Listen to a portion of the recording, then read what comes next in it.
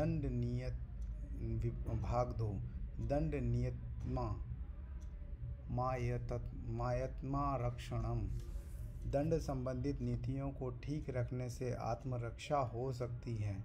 स्पष्ट दंड नीति के द्वारा ही राष्ट्र सुरक्षित रह सकता है और राज्य का कल्याण इसी बात पर निर्भर करता है कि दंड नीति संबंधी नियम क्या है और उनका क्या प्रभाव होता है। उसकी दंड नीतियाँ प्रजा का कल्याण करने वाली हों। प्रजा का कल्याण ही उसका अपना कल्याण होता है और प्रजा की रक्षा ही राष्ट्र की रक्षा कहलाती है। अर्थात प्रजा के अस्तित्व से अधिक राजा का अस्तित्व नहीं होता। प्रजा की सुरक्षा के बिना राजा की सुरक्षा कैसे हो सकती है। आत्मनि रक्षिते सर्वे रक्षितम भवति। राजा के सुरक्षित रहने से ही पूरे राष्ट्र को सुरक्षित किया जा सकता है। चाणक्य के सूत्र को जन सामान्य और राजा संबंधी दोनों दृष्टिकोण से देखा जा सकता है। चाणक्य ने अन्य स्थानों पर भी कहा है कि मनुष्यों को अपनी रक्षा के लिए सब कुछ बलिदान करने के लिए नहीं हिचकना चाहिए। यदि वह इस प्रकार अपनी रक्षा कर लेता है तो नष्ट हुई धन संपत्ति को फिर से प्राप्त करने का प्रयत्न कर सकता है। इसी प्रकार यदि राजा अपनी आत्मरक्षा करने में समर्थ है तो इसे पूरे राष्ट्र को सुरक्षित समझा जा सकता है। आत्मा यत्तो वृद्धि विनाशो। मनुष्य की वृद्धि और विनाश उसके अपने हाथ में होते हैं। भगवान श्री कृष्ण ने गीता में लिखा है कि मनुष्य अपना ही सबसे बड़ा मित्र और अपना ही सबसे बड़ा शत्रु होता है। वह अपने ही कार्यों से सब कुछ बनाता है और बिगाड़ता भी है। इसी प्रकार राष्ट्र की वृद्धि और उसका पतन राजा के हाथ में है। राजा की योग्यता और अयोग्यता भी किसी राज्य की वृद्धि और विनाश का कारण होती है। राजा यदि योग्य होगा तो राज्य का विस्तार होने के साथ धन्य धान्य से भी समृद्ध होगा।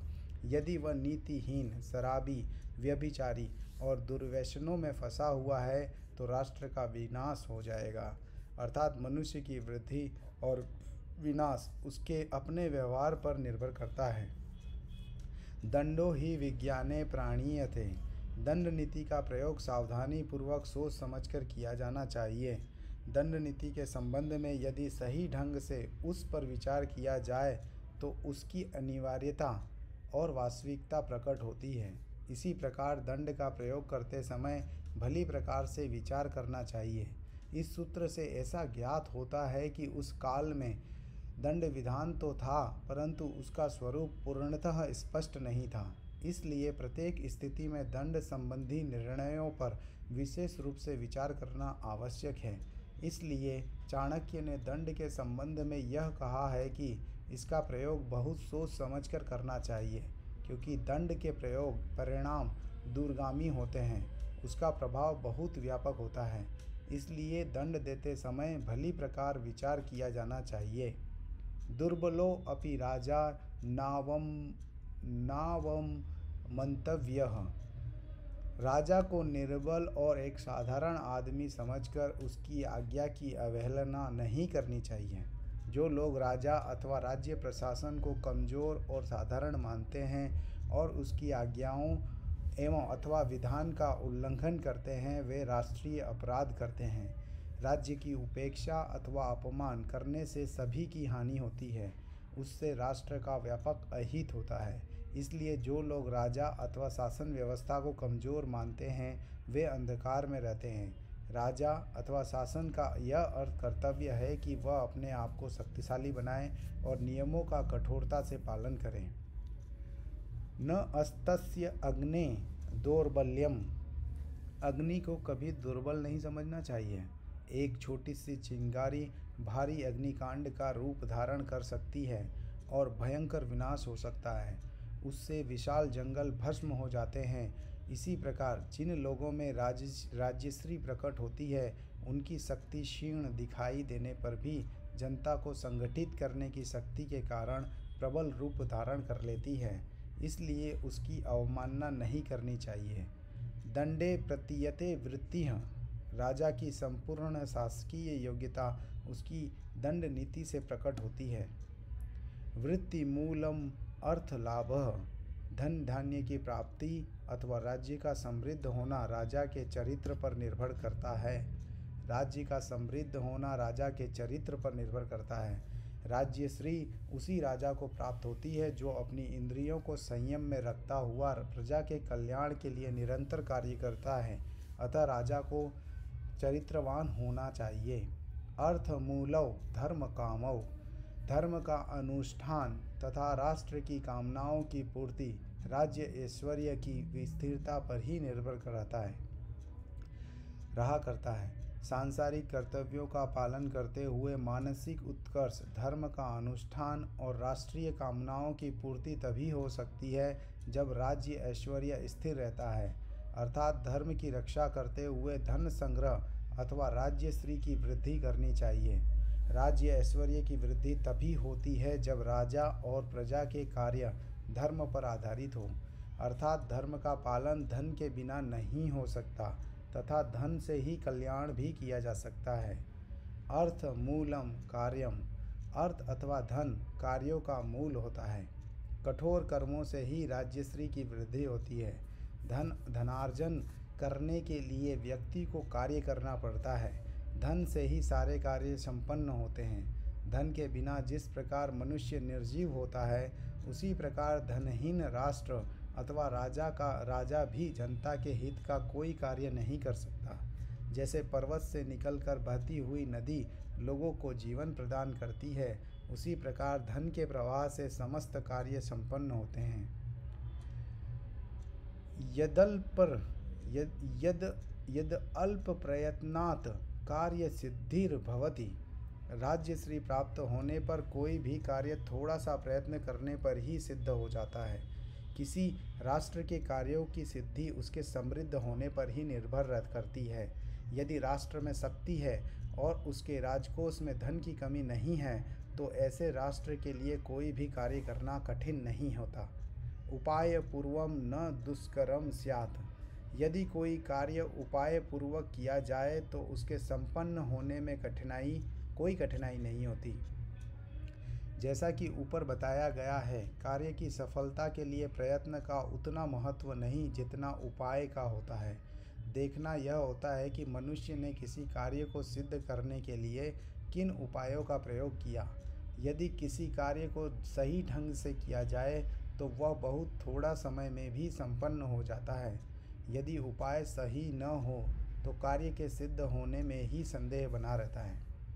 अनुपाय पूर्वम कार्यम कृतमपि विनश्यति, पहले कोई उपाय सिद्ध किए बिना प्रारंभ किया हुआ कार्य नष्ट हो जाता है। अर्थात उपाय पूर्वक कार्य न करने से कार्य सिद्ध नहीं होते। कार्य सिद्ध करने के लिए आवश्यक है कि निर्धारित योजना बनाई जाए, उस योजना पर चलने के लिए उचित उपाय निश्चित किए जाएं। कोई भी कार्य प्रारंभ करने से पूर्व प्रत्येक व्यक्ति अथवा राष्ट्र को यह देख लेना चाहिए कि उस कार्य को करने के लिए उसकी शक्ति कितनी है, वह किन उपायों द्वारा कार्य सिद्ध करना चाहता है। यदि उपाय सही होंगे तो कार्य जल्दी सिद्ध हो जाएगा, अन्यथा कार्य बिगड़ जाएगा। कार्यार्थी नामुपाय एव सहाय, इस सूत्र में भी चाणक्य का कहना है कि जीवन में उपायों का क्या महत्व है। अर्थात उपाय ही कार्य सिद्ध करने वालों के लिए सच्चा सहायक सिद्ध होता है। कार्यम पुरुषकारेण लक्ष्यम संपद्यते, कार्य अपना स्वरूप निर्धारित करने के बाद लक्ष्य बन जाता है। जब तक मनुष्य अपने कार्यों को कर्तव्य मानकर उसे लक्ष्य के रूप में स्वीकार नहीं कर लेता, तब तक उनका सिद्ध होना कठिन है। मनुष्य के लिए उसके जीवन का लक्ष्य अपने कर्तव्य का पालन करना होता है। जो व्यक्ति मनुष्य जन्म पाकर अपने कर्तव्य को पूरा नहीं करता, वह अपने जीवन के लक्ष्य को भी प्राप्त नहीं कर सकता। पुरुषकारम अनुवर्तते देवम, भाग्य पुरुषार्थ के पीछे चलता है। उद्योगिनम पुरुष सिंहमुपेति लक्ष्मी, देवेन देयमेति का पुरुषा वदन्ति, अर्थात जो व्यक्ति पुरुषार्थ करता है उसे ही लक्ष्मी प्राप्त होती है, अर्थात उसके कार्य सिद्ध होते हैं। भाग्य का सहारा तो कमज़ोर और कायर व्यक्ति लेते हैं। यहाँ भाग्य के रहस्य को भी समझना आवश्यक है। भाग्य के मूल में भी पुरुषार्थ ही होता है। भाग्य को प्रारब्ध भी कहते हैं। अतीत का पुरुषार्थ ही वर्तमान में भाग्य बन जाता है। दैवं विनाति प्रयत्नं करोति यत् द्विफलम। भाग्य अनुकूल न हो तो सही ढंग से किया हुआ कार्य भी भौतिक फल प्रदान नहीं करता, परंतु भाग्य की अनुकूलता को किसी कार्य के लिए इतना महत्व नहीं दिया जाना चाहिए जितना प्रयत्न को। यदि मनुष्य बुद्धिमत्ता पूर्वक सही ढंग से कार्य करता है तो भाग्य भी उसके अनुकूल हो जाता है। वास्तव में जो कार्य केवल स्वार्थ से प्रेरित होकर किए जाते हैं, हो सकता है उनके लिए भाग्य की अनुकूलता आवश्यकता हो, परंतु जो कार्य जनहित के लिए किए जाते हैं उनके प्रति संपूर्ण भावना भाग्य को भी अनुकूल बना देती है। केवल भाग्य के भरोसे बैठे रहने से कार्य नहीं चलता। असमाहितस्य वृत्तिर्न विद्यते। अव्यवस्थित चित्त वाले व्यक्ति के पास सद्व्यवहार पूर्ण सद्भावना नहीं रहती। जिस व्यक्ति का चित्त अथवा बुद्धि स्थिर नहीं रहती उसकी हानि होती है। जिस व्यक्ति का मन स्थिर नहीं होता उससे सद्व्यवहार की आशा करना व्यर्थ है। उसकी सद्भावना समाप्त हो जाती है। उसकी चित्त वृत्तियाँ क्षण क्षण में बदलती रहने के कारण विश्वास के योग्य नहीं रहती। इससे न तो उसका कोई कार्य संपन्न होता है और न कोई लाभ होता है। पूर्वं निश्चित्य पश्चात कार्यमार भेद।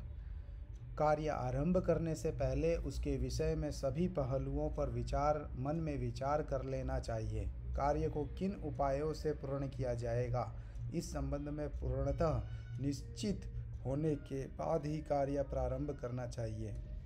कार्य के संबंध में सभी बातों पर विचार किए बिना कार्य प्रारंभ करने से अनेक प्रकार की कठिनाइयाँ उत्पन्न हो सकती हैं। कहा भी है, बिना विचारे जो करे सो पाछे पछताए।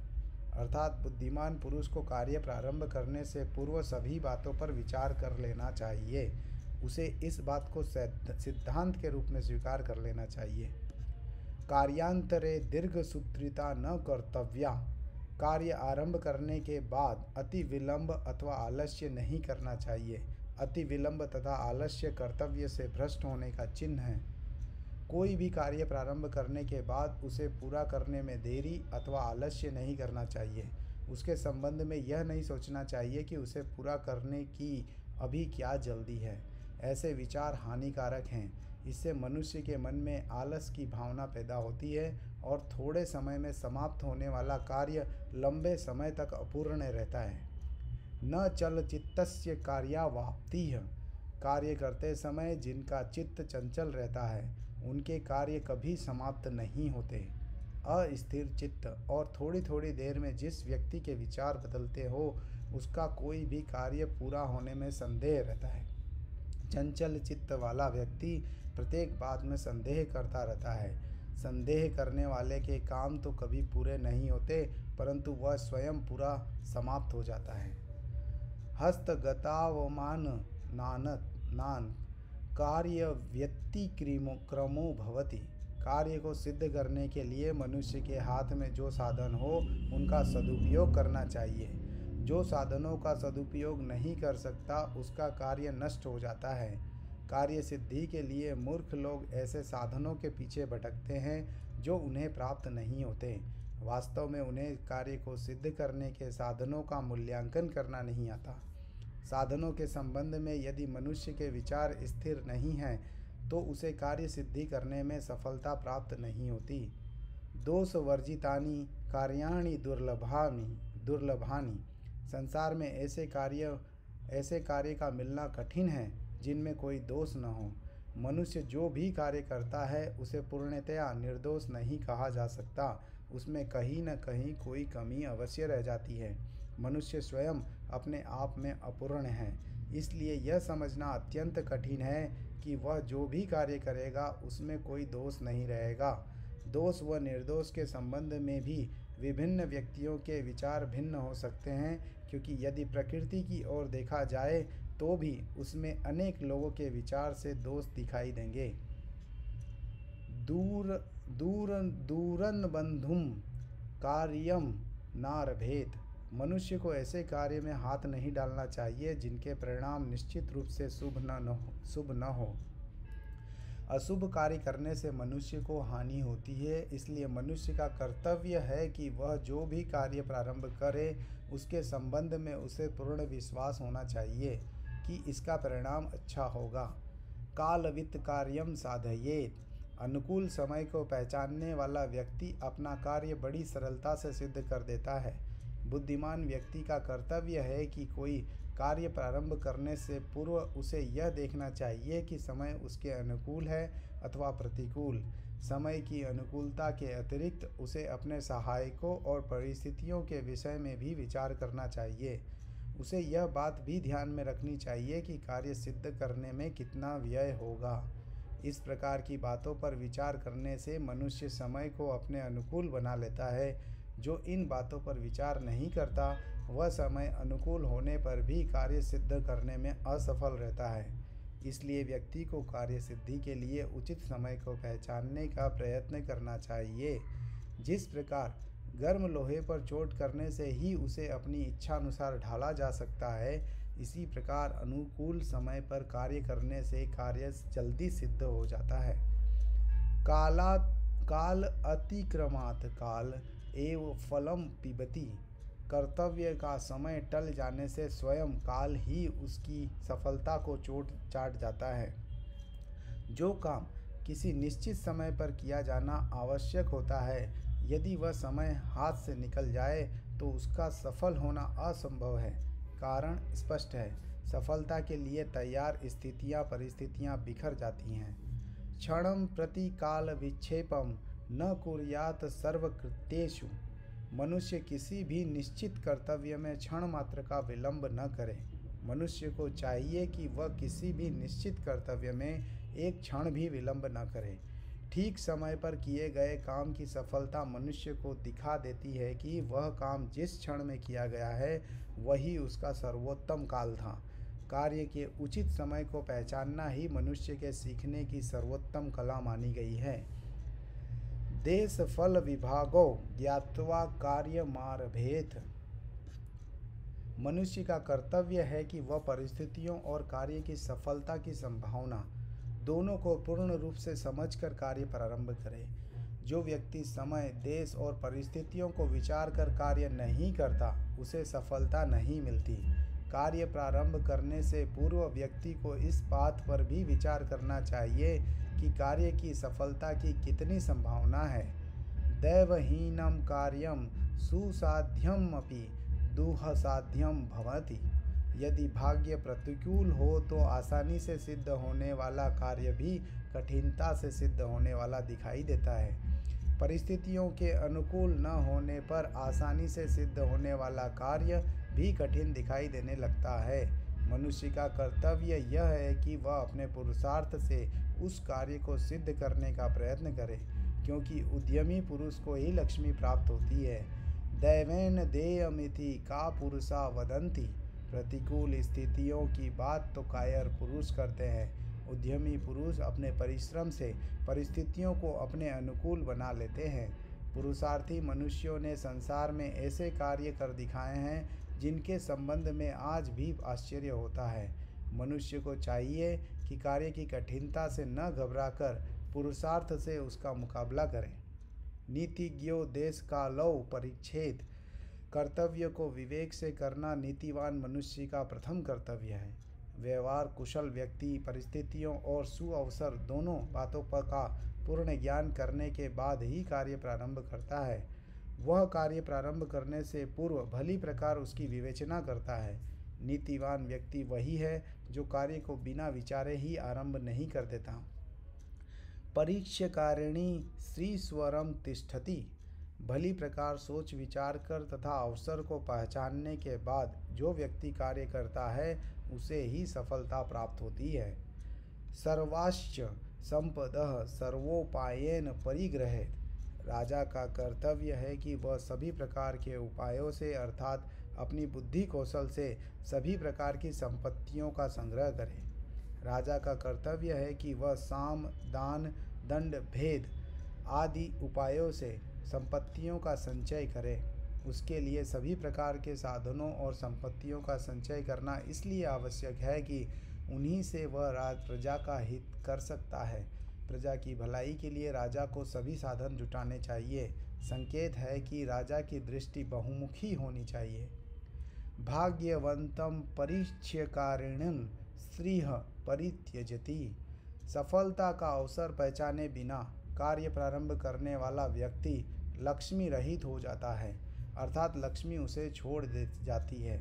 व्यक्ति भले ही अपने आप को भाग्यवान समझता हो, परंतु यदि वह समय को पहचानने बिना भली प्रकार जांच किए बिना कार्य प्रारंभ करता है तो उसे सफलता प्राप्त नहीं होती।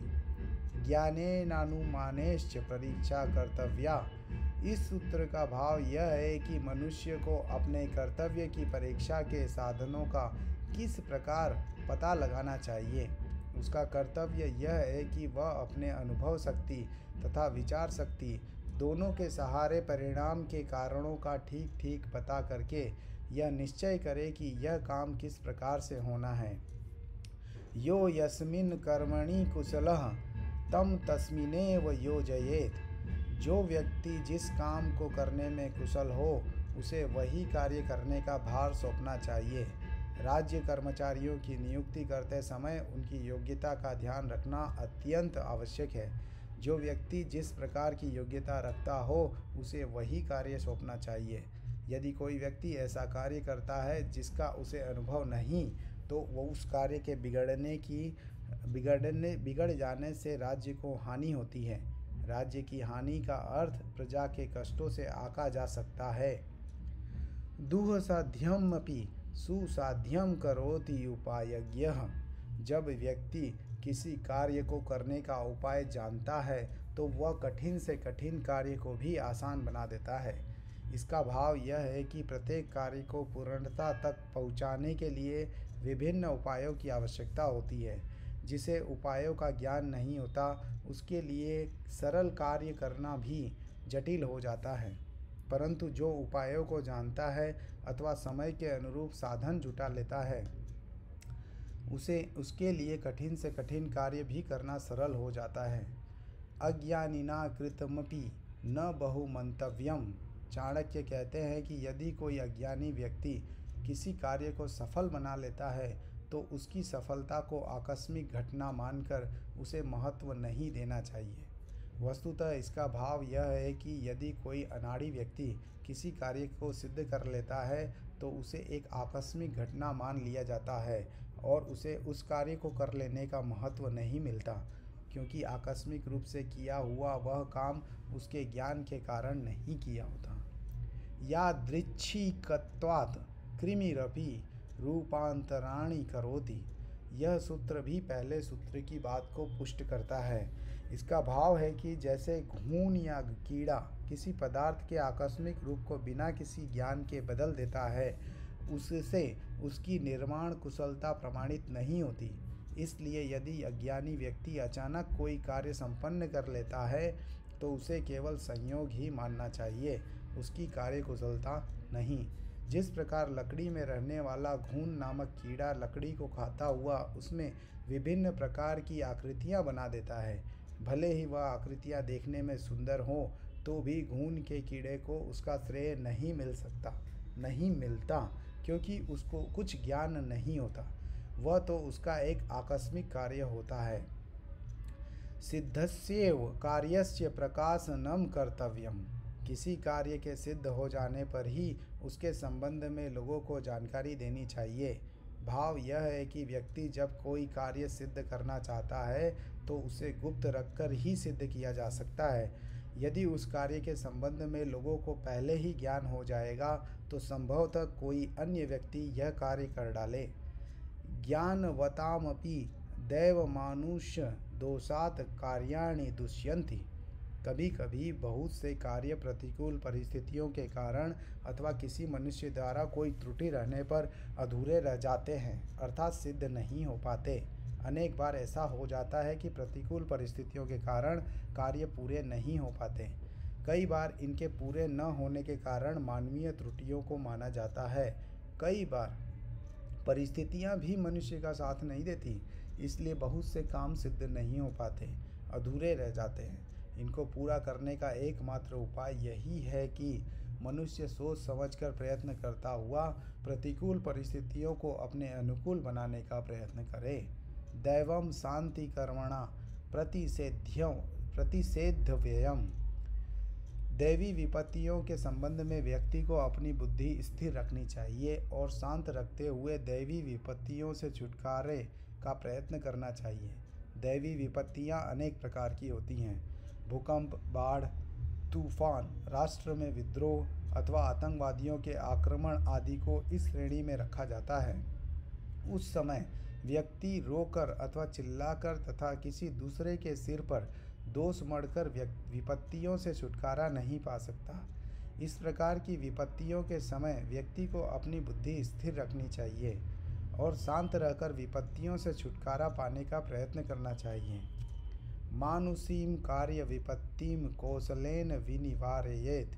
दैवी विपत्तियों के समान कुछ विपत्तियां ऐसी भी होती हैं जो मनुष्य द्वारा पैदा की जाती हैं। ऐसा कार्य को बिगाड़ने के लिए किया जाता है। मनुष्य द्वारा पैदा की जाने वाली विपत्तियों को सतर्कता और बुद्धि कौशल से ही परास्त किया जा सकता है। कार्य विपत्तौ दोषान वर्णयन्ति बालिशाः। मूर्ख लोग किसी कार्य में असफल रहने के बाद या तो अपनी भूलों पर पछतावा करते हैं या फिर आपस में एक दूसरे पर दोष लगाकर अपने आप को निर्दोष साबित करते हैं। कार्यार्थिना दाक्षिण्यम न कर्तव्यम। राज्य के जो अधिकारी कार्य को सिद्ध करना चाहते हैं उन्हें शत्रुओं के प्रति भावुकता, उदारता, सरलता और भोलेपन में बहकर मिथ्या सहानुभूति नहीं बरतनी चाहिए। राज्य के अधिकारियों का कर्तव्य है कि वे शत्रुओं को सदैव शंका की दृष्टि से देखें। उनके प्रति उन्हें किसी प्रकार की उदारता आदि का व्यवहार नहीं करना चाहिए। भावुकता में बहकर उनके प्रति ऐसा व्यवहार नहीं करना चाहिए जिससे राष्ट्र की हानि हो। शत्रुओं के प्रति राज्य के अधिकारियों को सदैव संदेहशील रहकर कार्य करना चाहिए। क्षीरार्थी वत्सो मातुरुधः प्रतिहंति। बछड़ा दूध पीने की इच्छा से अपनी माँ के स्तनों पर अपने सिर से चोट करता है। भाव यह है कि मनुष्य को किसी भी चीज़ की प्राप्ति के लिए स्वयं प्रयत्न करना पड़ता है। गाय भी अपने बछड़े को तब तक दूध नहीं पिलाती जब तक वह अपने माथे से उसके थनों को चोट नहीं करता। इसी प्रकार बच्चे की माता भी बच्चे के रोने पर ही उसे दूध पिलाती है। अर्थात व्यक्ति अपने प्रयत्नों से ही इस संसार में कुछ प्राप्त कर सकता है। कोई उसे कुछ देने नहीं आता। अप्रयत्नात् कार्य विपत्तिर्भवति। कार्य की सिद्धि के लिए जितने प्रयत्नों की आवश्यकता होती है उतना प्रयत्न न करने से कार्य नष्ट हो जाता है। अनेक बार कार्यों के पूर्ण न होने के कारण यह होता है कि उसे पूर्ण करने के लिए जितने प्रयत्नों की आवश्यकता होती है वे सब नहीं किए जाते। कोई कार्य करते समय व्यक्ति समझता है कि उसने बहुत प्रयत्न किए हैं परंतु फिर भी कार्य सिद्ध नहीं होता। इसका कारण यही है कि व्यक्ति ने उतना प्रयत्न नहीं किया जितना उस कार्य को सिद्ध करने के लिए आवश्यक था। न देव प्रमाणानां कार्य सिद्धि। जिन्हें कार्य आरंभ करने से पहले ही कार्य में असफल रहने का निश्चय होता है उनके कार्य कभी पूर्ण नहीं होते। जो यह समझते हैं कि उनका कार्य सफल नहीं होगा वे कोई कार्य प्रारंभ ही नहीं करते हैं। व्यक्ति 3 प्रकार के होते हैं। पहले प्रकार के व्यक्तियों को अधम श्रेणी में रखा गया है। वे असफलता और कठिनाइयों के भय से कार्य प्रारंभ ही नहीं करते। मध्यम श्रेणी के लोग जोश में आकर कार्य तो प्रारंभ कर देते हैं परंतु कठिनाइयां आने पर कार्य को बीच में ही छोड़ देते हैं। तीसरे प्रकार के व्यक्ति वे होते हैं जो कार्य को एक बार आरंभ करने पर अनेक प्रकार के संकट आने पर उसे पूरा किए बिना नहीं छोड़ते। उन्हें उत्तम श्रेणी का व्यक्ति माना जाता है। कार्यब्राह्ययो न पोषयत्याश्रितान्। अपने कर्तव्य से बचने का प्रयत्न करने वाले लोग अपने आश्रितों का भरण पोषण नहीं कर पाते। जो व्यक्ति अपने कार्य से अथवा दायित्व से बचने का प्रयत्न करता है एक दिन उसके आश्रित लोग ही भूखों मरने लगते हैं। वह अपने आश्रित व्यक्तियों का भी भरण पोषण नहीं कर पाता। यह कार्यम न पश्यति सौंधः। जो व्यक्ति अपने कार्य को नहीं पहचानता वह आँखों के रहते हुए भी अंधा है। जो व्यक्ति विवेक से काम न लेकर अपने लक्ष्य के प्रति सचेत नहीं रहता उसे वास्तव में अंधा कहा जाना चाहिए। अर्थात वह ऐसा अंधा व्यक्ति है जो मार्ग को देखते हुए भी मार्ग से भटक जाता है। इसलिए व्यक्ति को चाहिए कि वह अपने कर्तव्य को पहचान कर उसे पूरा करने का प्रयत्न करे। जो व्यक्ति अपने कर्तव्य के प्रति सजग नहीं रहता वह न तो इस संसार में सम्मान का पात्र होता है और न ही सफल मानव। प्रत्यक्ष परोक्षानुमाने कार्याणि परीक्षेत। व्यक्ति को अपने कर्तव्य का निश्चय करने से पूर्व प्राप्त और अप्राप्त साधनों पर विचार करना चाहिए। व्यक्ति जब कोई कार्य करने लगता है तो उससे पूर्व उसे अपनी शक्तियों का अनुमान होना चाहिए। उसे इस बात का ज्ञान होना चाहिए कि उसके पास कौन से साधन हैं जिनसे वह अपने कार्यों को पूरा कर सकता है। इसके अतिरिक्त उसे उस बात पर विचार करना चाहिए कि प्राप्त साधनों के अतिरिक्त उसे अन्य कौन से साधन प्राप्त हो सकते हैं। जो व्यक्ति इन बातों पर विचार करता है वह निश्चय ही अपने कर्तव्यों को पूर्ण करने में समर्थ होता है, और जिसे अपने साधनों का अनुमान नहीं होता है उसे असफलता ही हाथ लगती है। अपरीक्ष्यकारिणीं श्रीः परित्यजति। जो व्यक्ति बिना विचारे कार्य करता है उसे लक्ष्मी प्राप्त नहीं होती, लक्ष्मी उसका त्याग कर देती है। चाणक्य फिर कहते हैं कि जो व्यक्ति भली प्रकार बिना विचारे कार्य प्रारंभ कर देता है उसे हानि उठानी पड़ सकती है। जो व्यक्ति बिना सोचे विचारे कार्य करता है उसे पछताना पड़ता है। बिना सोचे समझे कार्य प्रारंभ करने से समय तो नष्ट होता है परंतु उसके साथ साथ अपनी शक्तियाँ और साधनों का भी अपव्यय होता है। परीक्ष्यतार्या विपत्तिः। किसी कार्य की सफलता के मार्ग में आने वाली कठिनाइयों को विचारपूर्वक दूर करने का प्रयत्न करना चाहिए।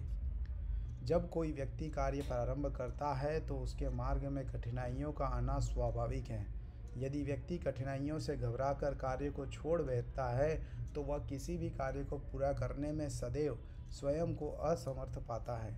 श्रेष्ठ पुरुष वही होते हैं जो विपत्तियों से घबराते नहीं और उन्हें दूर करने का प्रयत्न करते हैं, जबकि निज प्रकृति के लोग विपत्तियों के भय से कार्य को शुरू ही नहीं करते हैं।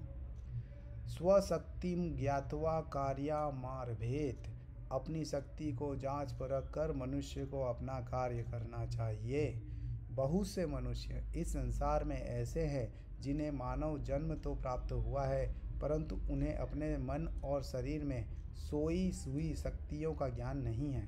इसलिए सबसे पहले मनुष्य का कर्तव्य यह है कि वह कोई भी कार्य प्रारंभ करने से पूर्व कार्य से संबंधित अपने ज्ञान और शक्तियों का अनुमान लगाए। मनुष्य को कोई ऐसा कार्य अपने हाथ में नहीं लेना चाहिए जो वह करने में असमर्थ हो। स्वजनम तर्प इत्वा यह शेष भोजी सो अमृत भोजी। जो व्यक्ति अपने साधनों और अथवा धन से अपने बंधु बांधवों, आश्रित तथा दीन दुखियों को संतुष्ट करने के बाद शेष धन से अपना गुजारा चलाता है वह अमृत भोजी होता है। व्यक्ति का कर्तव्य है कि वह जो कुछ साधन अथवा धन समृद्धि आदि प्राप्त करता है उसे दूसरों के कल्याण के लिए भी प्रयोग में लाए। उसका कर्तव्य होता है कि वह सबसे पहले अपने बंधु बांधवों, रिश्तेदारों, अतिथियों, आश्रित लोगों, दीन दुखियों की सहायता करने के बाद जो कुछ बचे उससे अपना जीवन निर्वाह करे। वह धन उसके लिए अमृत के समान होता है। जो व्यक्ति केवल स्वार्थवश अपना ही ध्यान रखता है उसे मानव कर्तव्यों से उदासीन माना जाता है। सर्वानुष्ठान दाय मुखानि वर्धन्ते। जिस राष्ट्र में भूमि, धन, व्यापार, उद्योग धंधे आदि राष्ट्र हित के कार्य होते रहते हैं उस राष्ट्र की आय के साधन भी बढ़ते हैं। जिस देश में कोई भी कार्य प्रारंभ करते समय राष्ट्र के हित को सर्वोपरि रखा जाता है उस राष्ट्र की आय के साधनों में भी वृद्धि होती है। उसके लिए आय के अनेक द्वार खुल जाते हैं।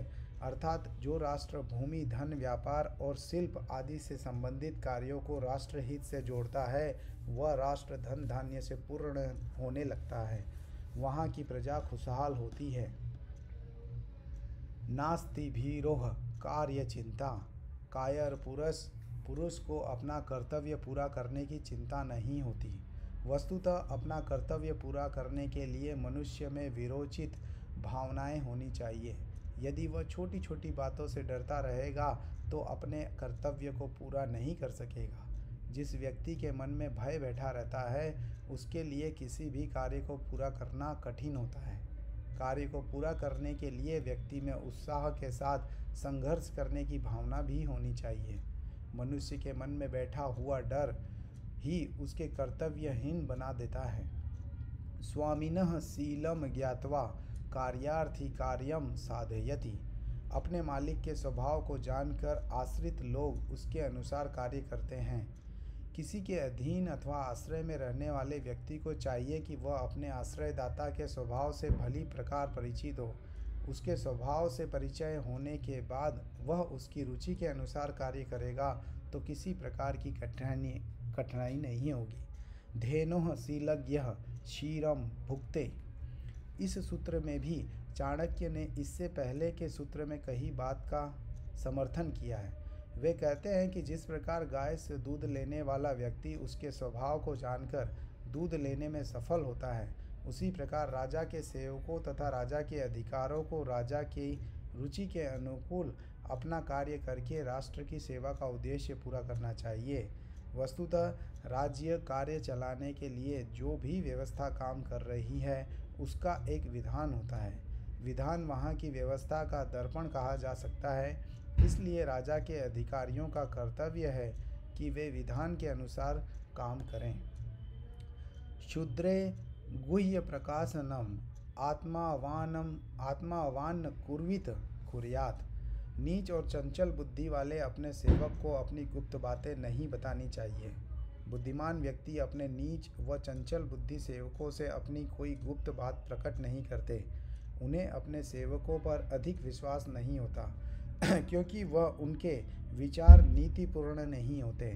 वे लोग प्रायः मूर्ख होते हैं, उनकी बुद्धि चंचल होती है। इसलिए समझदार मनुष्य अपना कोई भी भेद उन पर प्रकट नहीं होने देता। आज के संदर्भ में यह बात बहुत महत्वपूर्ण है। अधिकांश अपराधों में घर में काम करने वाले नौकरों का ही हाथ होता है। वे थोड़े से लालच में आकर मालिक की हत्या भी कर बैठते हैं। इससे उन्हें लाभ की बजाय हानि होती है। आश्रितैरप्य वमन्यते मृद स्वभावः। कोमल स्वभाव का व्यक्ति अपने आश्रितों से अपमानित होता है। जो व्यक्ति अयोग्य और कुपात्र लोगों के प्रति दयालुता का व्यवहार रखता है और प्रेम पात्र बनने की इच्छा रखता है, वह उन विवेकहीन व्यक्तियों से आदर नहीं पाता। उनके साथ उनकी स्थिति के अनुरूप ही व्यवहार करने से लाभ होता है। भाव यह है कि मनुष्य को नौकरों से अत्यंत कोमल स्वभाव नहीं होना चाहिए। उसे परिस्थिति और योग्यता के अनुसार ही उससे व्यवहार करना चाहिए। तीक्ष्ण दंडः सर्वैरुद्वेजनीयो भवति। छोटे से अपराध पर अत्यंत कड़ा दंड देने वाला शासक सबकी घृणा का पात्र बन जाता है। उसके इस कार्य से उसके शासन में विरोध उत्पन्न होने का भय भी रहता है। छोटे से अपराध पर अत्यंत कठोर दंड देने वाले शासक के प्रति लोग घृणा की नीति अपना लेते हैं। सभी उसको बुरा समझने लगते हैं। उसकी कठोर दंड नीति के कारण उसके क्षेत्र में विद्रोह होने की संभावना बढ़ जाती है। अतः दंड देने से पहले अपराधी की प्रवृत्ति और उसके अपराध की स्थिति के संबंध में विचार करना अत्यंत आवश्यक है। यथार दंडकारी स्यात्। उचित यही है कि राजा यथा योग्य दंड देने वाला होना चाहिए। जो राजा अपराधियों को दंड नहीं देता और निरपराध लोगों को दंड देता है, उसका अपयश फैलता है। राजा पहले तो अपराध के कारणों तथा अपराध की परिस्थिति और काल को देखे, फिर अपराधी की दंड सहन की शक्ति और अपराध के स्वरूप तथा उसके राष्ट्र पर पड़ने वाले प्रभाव को समझकर दंड दे। शास्त्रों में कहा है कि अधर्म पूर्वक दिया हुआ दंड यश, कीर्ति और सुख तीनों को नष्ट करने वाला होता है। इसलिए दंड देते समय इस बात का ध्यान रखना चाहिए कि अपराध किस प्रकार का है। इसके अतिरिक्त इस बात का भी ध्यान रखा जाए कि कोई अपराधी दंड के हाथों से बचने न पाए, क्योंकि दंड से ही राज्य में धर्म, अर्थ और काम तीनों का संरक्षण होता है। शास्त्रों में यह भी कहा गया है कि दंड के भय से बहुत से लोग पाप करने से बचे रहते हैं। अल्पसारम श्रुतवन्तमपि न बहुमन्यते लोकः। जो व्यक्ति गंभीर नहीं है, उनके विद्वान होने पर भी लोग उसे प्रतिष्ठा की दृष्टि से नहीं देखते। इसका भाव यह है कि विद्वान और योग्य व्यक्तियों को कुछ गंभीर भी रहना चाहिए। यदि वह गंभीर नहीं रहता तो लोग उसका उतना सम्मान नहीं करते जितने सम्मान का वह अधिकारी होता है।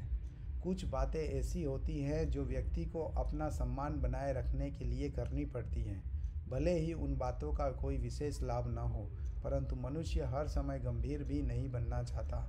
उसे अपने मित्रों, बंधु बांधवों से खुलकर बात करनी पड़ती है। इसलिए विद्वान मनुष्य का कर्तव्य है कि वह समय, परिस्थितियों और जन समुदाय को देखकर गंभीरता अथवा सामान्य स्थिति का रुख अपनाए। अति भारः पुरुषम वसादयति। शक्ति से अधिक कार्यभार उठाने वाला व्यक्ति उत्साहहीन होकर जल्दी थक जाता है। मनुष्य जो भी कार्य करे वह उसकी शक्ति के अनुरूप होना चाहिए। यदि वह अपनी शक्ति से अधिक कार्य का भार संभाल लेगा तो उससे वह जल्दी ही थकावट अनुभव करने लगेगा। अधिक थकावट से मनुष्य के शरीर में तनाव पैदा होता है। तनाव स्वयं में एक रोग है। इसलिए मनुष्य को चाहिए कि वह उतना ही कार्य करने का दायित्व ले जितना वो सरलतापूर्वक निभा सके। इससे कार्य भी ठीक होगा और काम करने वाले के मन में उत्साह की भावना भी बनी रहेगी। यह संसदि परदोषम संसति स स्वदोष बहुत्वम प्रख्यापयति। जो व्यक्ति संसद अथवा राज्य के लिए नियम निर्धारित करने वाली समिति में किसी व्यक्तिगत विरोध के कारण किसी के दोषों की आलोचना करने लगता है, वह स्वयं अपने आप को अपराधी घोषित कर देता है। यहाँ संसद शब्द आया है। संसद लोकसभा आदि को भी कहते हैं। किसी सभा या समिति को भी संसद कहा जाता है। राज्य से संबंधित किसी विषय पर विचार करते समय सभी वक्ताओं का कर्तव्य है कि उसी विषय पर विवाद को सीमित रखें, उसी विषय के गुण, दोषों के आदि के संबंध में विचार करें। जो लोग उस समय व्यक्तिगत द्वेष के कारण किसी सदस्य की आलोचना करने लगते हैं, यह उचित नहीं माना जाता। व्यक्तिगत आलोचना करने वाला स्वयं अपराधी की श्रेणी में आ जाता है। लोकसभा आदि में अर्थात विभिन्न प्रदेशों की विधानसभाओं में बहुत सा समय व्यक्तिगत आलोचनाओं में समाप्त हो जाता है। इससे राष्ट्र व देश का कोई लाभ नहीं होता। अच्छा सांसद उसी को माना जाता है जो विषय से बाहर न जाकर विषय के सभी पक्षों पर अपने विचार प्रस्तुत करता है। आत्मानमेव नाशयति अनात्मावताम कोपः। जिन व्यक्तियों का मन सुसंस्कृत नहीं, ऐसे अविवेकी लोग क्रोध करने से अपनी हानि करते हैं। अर्थात ऐसे अनैतिक लोगों का क्रोध उनके लिए ही हानिप्रद होता है। जिन लोगों में अपना हित और अहित विचारने की बुद्धि नहीं होती, ऐसे मूर्ख लोग स्वभाव से ही सत्य का विरोध करने वाले होते हैं। वे अपनी विपरीत बुद्धि के कारण वास्तविकता को नहीं समझ पाते और उससे विपरीत कार्य करते हैं, जिससे मनुष्य अपनी विवेक को खो बैठता है। नास्तस्य प्राप्यम सत्यवताम। जिन व्यक्तियों के पास सत्य रूपी धन है, उनके लिए कोई भी वस्तु अप्राप्त नहीं रह जाती। जिन लोगों के पास सत्य का बल है, उन्हें किसी अन्य वस्तु को प्राप्त करने की इच्छा नहीं रहती। अर्थात सत्य ही उनके लिए सर्वश्रेष्ठ संपत्ति होती है। सत्य की प्राप्ति के बाद संतोष की भावना का विकास होता है। उस समय नाशवान पदार्थों की ओर से उसका मन हट जाता है। अर्थात जिन लोगों ने सत्य को प्राप्त कर लिया, उन्हें अन्य किसी वस्तु की इच्छा नहीं रहती। साहसेन न कार्य सिद्धि भवति।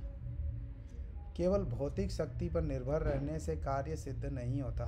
साहस एक भौतिक शक्ति है। केवल भौतिक शक्ति पर आश्रित रहने मात्र से कार्य सिद्ध नहीं होता। उसके लिए अन्य बातों की भी आवश्यकता है, जिनमें सत्य, सूझबूझ और प्रभु पर विश्वास आदि अत्यंत आवश्यक होती हैं। इन सब बातों से मनुष्य में जो साहस पैदा होता है, उसी से कार्य सिद्ध होते हैं। मात्र भौतिक शक्ति के रूप में केवल वही कार्य सिद्ध हो सकते हैं जिनका शारीरिक शक्ति से संबंध हो। व्यसनार्थो विस्मयरत्य प्रवेशेन, व्यसनों में फंसा हुआ व्यक्ति किसी एक बात पर ध्यान न टिका पाने के कारण कर्तव्य विमुख हो जाता है। व्यसन अर्थात बुरी लत में पड़ा हुआ व्यक्ति अपने कर्तव्य को भूल जाता है। उसे इस बात का ध्यान नहीं रहता है कि उसे क्या करना है। वह और सब बातें भूलकर अपने गलत काम में ही अपना समय बिता देता है। उसमें इतनी शक्ति नहीं होती कि वह अपने कर्तव्य की ओर ध्यान दे अथवा उसे पूर्ण करने की प्रयत्न करे। व्यसनों में फंसे हुए व्यक्तियों को इस बात का एहसास भी नहीं रहता कि उन्हें किस प्रकार का व्यवहार करना चाहिए। व्यसन मनुष्य का सबसे बड़ा शत्रु है। एक बार व्यक्ति यदि किसी व्यसन के चंगुल में फंस जाता है तो उसके चक्कर से निकलना उसके लिए अत्यंत कठिन हो जाता है। नास्तस्यन्तराय काल विक्षेपे, काल का दुरुपयोग करने वाला व्यक्ति अपना जीवन निर्विघ्न होकर नहीं गुजार सकता। आलसी व्यक्ति का जीवन कठिनाइयों से घिरा रहता है। जब मनुष्य समय का सदुपयोग नहीं करता तो उसे जीवन में अनेक बार हानि उठानी पड़ती है। समय के संबंध में वे सब जानते हैं कि जो समय बीत जाता है उसे फिर से वापस नहीं लौटाया जा सकता। इस प्रकार यदि समय का सदुपयोग नहीं किया गया तो वह व्यर्थ जाता है। मनुष्य के जीवन में एक एक पल का महत्व है, इसलिए उसका सदुपयोग मनुष्य के लिए अत्यंत आवश्यक है। असंशय विनाशात् संशय विनाशः श्रेयान्। इस सूत्र का भावार्थ यह है कि मनुष्य की मृत्यु अवश्यम भावी है, इसलिए मनुष्य को संग्राम से विमुख होकर जीना उतना लाभदायक नहीं जितना संग्राम करते हुए अनिश्चित मौत को गले लगाना। संग्राम से बचने से मौत से बचा नहीं जा सकता। जिस अनिवार्य मौत से बचा ही नहीं जा सकता, उस मौत का विजयी मन से आह्वान करने से ही मानव जीवन सफल होता है। मौत को व्यर्थ बना डालना मृत्युंजय बनना कहलाता। वास्तविक मृत्यु से कोई व्यक्ति नहीं बच सकता। यह संसार एक समर भूमि है। व्यक्ति का कार्य में लगे रहना और कार्य करते हुए संसार का कल्याण करना वास्तविक जीवन का ध्येय है। अर्थात मनुष्य को अपना कर्तव्य करने से कभी विमुख नहीं होना चाहिए। अपर धनानि निक्षेप्तुः केवलम स्वार्थम। दूसरे के धन को धरोहर रूप में रखने वाला यदि धरोहर रखने के साथ स्वार्थ भेद और दूसरों के प्रति अपना कोई उत्तरदायित्व नहीं समझता तो वह निश्चित रूप में प्रत्येक समय अपना ही स्वार्थ खोजता रहेगा। दूसरों की धरोहर रखने वाले व्यक्ति को अपना उत्तरदायित्व समझना चाहिए और उसमें अपने स्वार्थ को पूरा करने की बात नहीं सोचनी चाहिए। दानम धर्म। दान अर्थात योग्य पात्र की सहायता करना मनुष्य का स्वहितकारी कर्तव्य है। अनेक धर्मों अथवा संप्रदायों में यह नियम है कि व्यक्ति की जितनी आय हो उसका कुछ अंश उसे दान में अवश्य देना चाहिए। यही धर्म है। नार्यागतो अर्थ द्विपरीतो अनर्थ भाव। अनार्य अर्थात अज्ञानी लोगों द्वारा समाज में व्यर्थ की बातों पर आचरण करने से मनुष्य का जीवन नष्ट हो जाता है और अज्ञानी लोगों द्वारा प्रचलित की गई परंपराओं पर आचरण करने से मानव जीवन का अनर्थ होता है। संसार में बहुत से ऐसे आचरण प्रचलित हो जाते हैं जिनसे मानव समाज की कोई भलाई नहीं होती वरन हानि होती है। समय नष्ट होने के अतिरिक्त इस प्रकार के आचरणों से समाज में अनेक ऐसी बातें फैलती हैं जिन्हें किसी भी कारण से समाज के लिए हितकारी नहीं माना जा सकता। यो धर्मार्थो न विवर्धयति स कामः। जिससे धर्म और अर्थ दोनों की वृद्धि न हो उसे काम कहते हैं। अनेक स्थानों पर धर्म और अर्थ, काम और मोक्ष मनुष्य के लिए आवश्यक बताए गए हैं। यहाँ काम के संबंध में व्याख्या करते हुए चाणक्य कहते हैं कि जिससे धर्म और अर्थ दोनों की वृद्धि नहीं न होती हो उसे काम कहते हैं। वस्तुतः मानवोचित काम अर्थ और धर्म तथा नीति किसी भी को भी विचलित नहीं करता। ऐसे काम को स्वीकार किया जा सकता है, अर्थात काम वही है जो धर्म और अर्थ दोनों में से किसी को भी किसी भी प्रकार की हानि न पहुँचाए। तद विपरीतो अनर्थ सेवी। धर्मार्थ विरोधी काम से विपरीत कामना करने वाला मानव अपने जीवन को व्यर्थ करता है, समाज में अशांति उत्पन्न करता है।